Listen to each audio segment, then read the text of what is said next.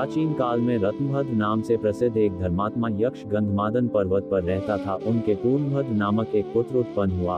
अंत में अनेक भोगों को भोग कर उस रत्नभद्र ने शिव ध्यान परायण हो परम शांत शिवलोक को प्राप्त किया। पिता के शिवलोक चले जाने पर पूर्णभद्र ने संतानहीन होने से अपनी भार्या कनककुंडला नाम की यक्षिणी से कहा, प्रिय, मुझे पुत्र के बिना ये राज्य और महल आदि अब शून्य मालूम होता है।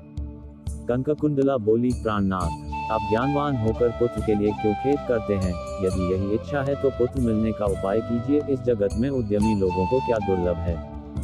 जो प्राणी प्रारब्ध के भरोसे रहते हैं वह नितांत का पुरुष हैं, क्योंकि अपना किया हुआ कर्म ही प्रारब्ध है और कुछ नहीं। इस कारण प्रतिकूल प्रारब्ध को शांत करने के लिए समस्त कारणों के भी कारण रूप भगवान शिव की शरण में जाना चाहिए। यदि आप सर्वश्रेष्ठ पुत्र चाहते हैं तो भगवान शिव की शरण ग्रहण कीजिए।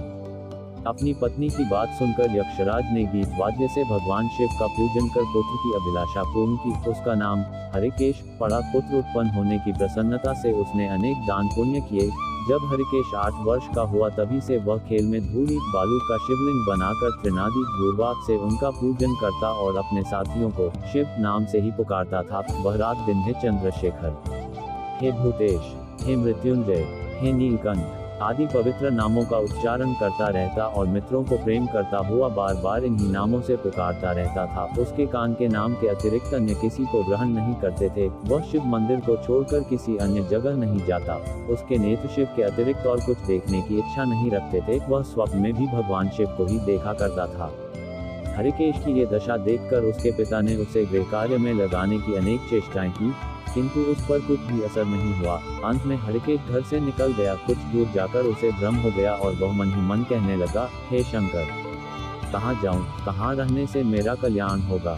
ये सोचकर उसने अपने मन में विचार किया कि जिसकी कहीं ठिकाना नहीं है उसका काशीपुरी ही आधार है। इस प्रकार निश्चय कर वह काशीपुरी को गया। जिस अभिमुख क्षेत्र में पंचभौतिक देह त्याग कर प्राणों का शिव की प्रसन्नता से फिर देह से संबंध नहीं रहता, उस आनंदवन में जाकर तप करने लगा। कुछ समय बाद भगवान शिव ने पार्वती को अपना विहार वन दिखाया। वह अनेक सुगंधयुक्त फलों से शोभित था। शिव बोले, हे देवी, जैसे तुम मुझको बहुत प्रिय हो वैसे ही यह आनंद वन भी मुझे परम प्रिय है। मेरे अनुग्रह से इस आनंद वन में मरे हुए को जन्म मरण का बंधन नहीं होता, अर्थात वह फिर संसार में जन्म नहीं लेता। पुण्यात्मा के कर्म बीज विश्वनाथ की प्रज्वलित अग्नि में जल जाते हैं, उसी से फिर वे गर्भाशय में नहीं आते। काशीवासी लोगों के देहांत समय में मैं ही तारक ब्रह्म ज्ञान का उपदेश देता हूँ, जिससे वे उसी क्षण मुक्त हो जाते हैं। कलयुग में विश्वनाथ देव का दर्शन, पूजन, काशीपुरी, भागीरथी, गंगा आदि का सेवन तथा सत्पात्र को दान विशेष फलदायक होता है।